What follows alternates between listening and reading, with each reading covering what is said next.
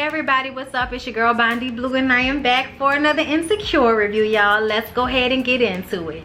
So this episode, we got to see the whole ordeal at the Ethiopian restaurant with Issa, her seeing Molly. We got to see that from Molly's viewpoint. Okay, so Molly saw Issa when she got out the car and turned around and pretended as if she was all into her menu. And she was expecting Issa to walk in, so when she heard the door open, she turns around and Issa is getting back in her car and driving away. And she was like, So she go back to the house with the food, and Andrew was on the phone with his brother. They're planning a trip to go to Mexico. Molly tells him how she just saw Issa run away from her like she was a job. I was like, God damn, Molly. Like, why you gotta throw that type of shade at your friend? He asked her if she's going to reach out to Issa, and she's like, no, it was all her fault. I'm like, was it though, Molly? Andrew looks like he wants to say something to her about it, but decides against it. He says, look, we're going to Mexico and you can't take Issa with you, all right? So they decide to stop talking about her for the time being. So Molly had to go to work before the flight with Andrew to Mexico. So she goes to work and her assistant forgot to tell her something. And she's like, look, you don't get paid to make me look like a fool. And when you forget to tell me something, you make me look like a fool. Okay? So please get back to work before I have to fire your ass. All right? You know, so to speak. I added in that last part. But she was sharp with the girl. But you know, you got to do what you got to do. You can't have somebody not giving you the information you need when it comes time for you to go to court. Molly almost misses the plane because of all of this, but she gets there just in time. So she and Andrew get in their economy seats, all right, and he got economy plus. So he won 2 drinks, a blanket, and some chips, okay? And then they sit back to relax, and here's Kim Fields, y'all. She's playing a lady named Maybelle who just left her husband, okay? And it's just like the second day since she didn't left him, y'all. 2 days at a time, y'all. And then she got to go to the bathroom to cry about it. And Andrew puts his hand down Molly's pants and makes the flight a little bit more interesting. Andrew's brother has planned this trip down to the millisecond, okay? And Molly is tired and wants to rest before they start doing all of these things that the brother has planned for them. On the plane, they were talking about, you know, whatever sexy things they might have brought on the trip. And Molly brought some black lingerie. Andrew brought some BNY balls, a vibrator, a butt plug. I don't know what was going on. But he bought a lot of things so that he could find out what type of kink Molly was into. She likes what they did on a plane, and he likes when she takes control. So guess what?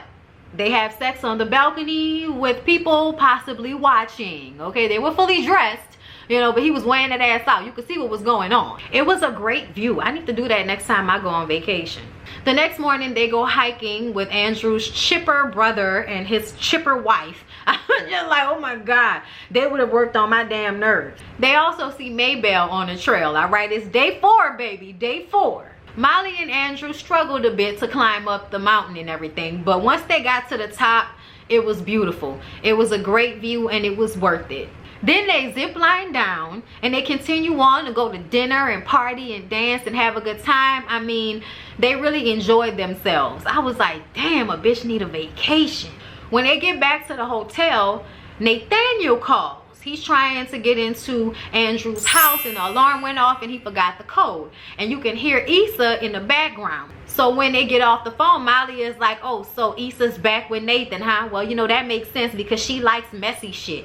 Well, y'all know that Nate and Andrew are friends. So he was like, hey, you know, my friend was going through it. He was having some mental health issues during that time. Molly was like, oh, well, is he okay? I'm like, oh, now you care. And Andrew was like, yeah, he's doing fine now. She asked if Issa knows, and he's like, I don't know. So it's time to change the conversation. She starts to call him by Andy, okay, which must be some joke between him and his family because his brother mentioned it. So she keeps calling him Andy, and he like, you gonna stop calling me that? And she was like, what you gonna do if I don't stop calling you Andy? And then she goes and puts on that black lingerie, which was some sexy, baby, some sexy. Molly looked good. She had a brown lip on with that wavy bob wig. I was like, yes, bitch, you are serving everything right now. And then she tied up Andrew. And from then on, you know, I guess things got a little bit more, you know, interesting. You know, and like he said, he liked when she take control, so that's what she did. I was like, oh, okay, this trip was nice. Then she made him eat her ass. And I was just like, but she had on panties. I'ma let it go. I'm gonna let it go. Maybe she was holding her panties open for him. That's why she was holding her ass cheeks. Her ass ain't that big. You know what I'm saying? Like, yeah, y'all, either way. Okay. The next day, they go to the pool with Andrew's brother and sister. And the sister got some water in her eye and it burned. So Molly runs to go get her a towel. But the towel girl won't give Molly a towel because she doesn't have her room key. Molly just saw the towel lady give these two white people towels without asking them for their key cards. So she's arguing back and forth with the girl, and Andrew's brother comes over and shows his card. And so she hands the towel to Andrew's brother, and Molly snatches the towel like, bitch, like the fuck, he just said to give me the towel, bitch. Okay, so she goes back to the pool and, you know, just kind of nonchalantly says, you know, another racist issue, you know. And of course, Andrew and the brother's wife seem to understand. Andrew's brother, on the other hand, wants to argue about the way Molly handles it and whether it was really a race issue or not. And Molly brings it to his attention that he may not necessarily understand. He throws out that he's Asian and he understands what it's like for people to be racist against him. And I'm sure he does, but it's not the same as being black. I mean, we all know that the hierarchy of ethnicity goes white, Asian, white Latino, regular Latino, black people, Mexicans. Okay, it's not funny, it's sad. Okay, because I'm just saying the Puerto Ricans go above the black people, okay, but the black people go above the Mexicans, even though some of y'all don't know the fucking difference between a Mexican and a Puerto Rican. Okay, that's why it was funny to me. But either way, we all know that a lot of the times Asian people get treated a lot better than black people and Latino people. So when Molly says, really, y'all are only people of color when it's convenient for y'all, I was like, that's how we be feeling sometimes.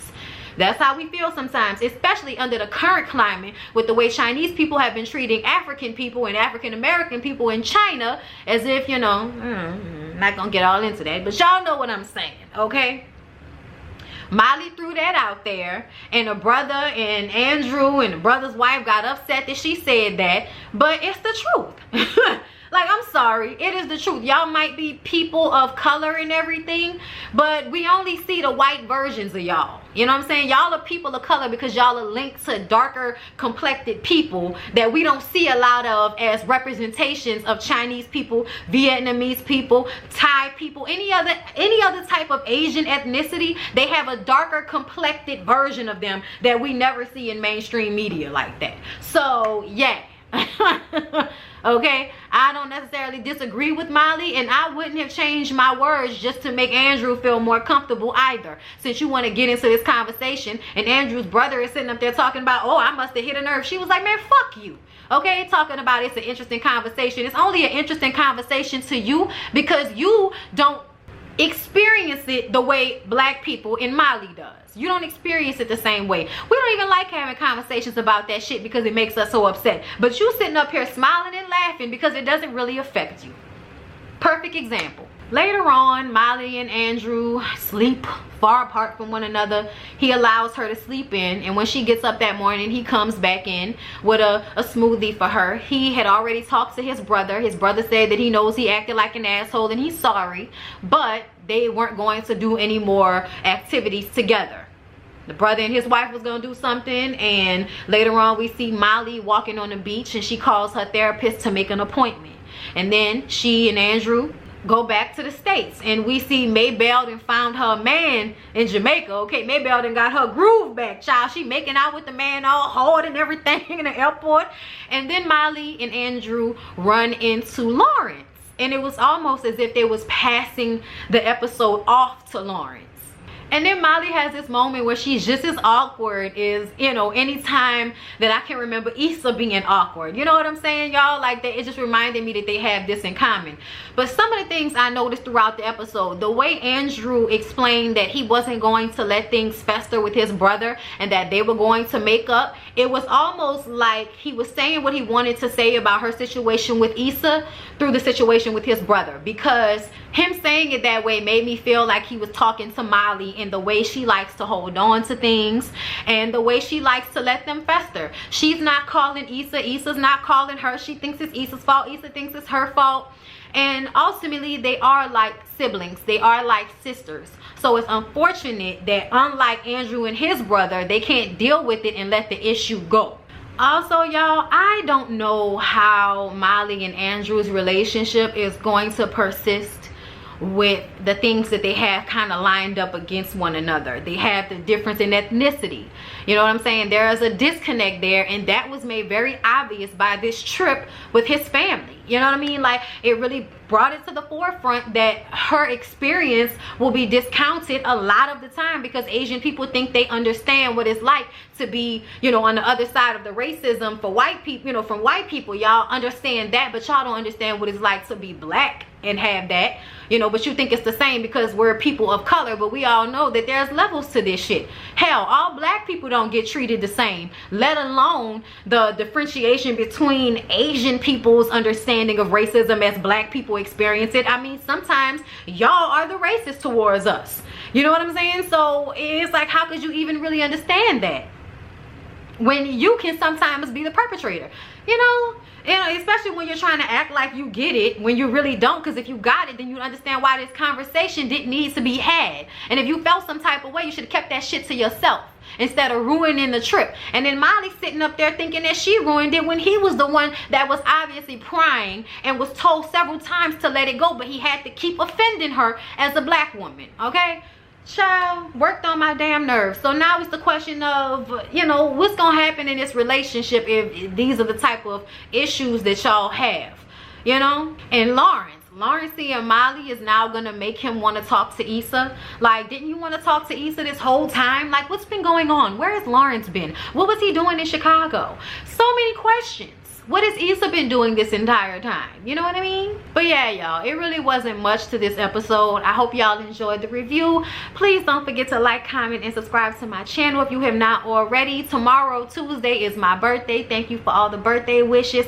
Thank you for everybody that's been giving to my Cash App and my PayPal. I love y'all. I appreciate y'all. My members, my Patreons, those of y'all who pay for my content, those of y'all who just signed up even just today. Thank you so much for contributing to my channel. I love y'all so very, very much. Everything that I was going to do for Tuesday, which is T.I. and Tiny, Friends and Family Hustle, and Smothered, I'm going to do that on Wednesday. So look for it then.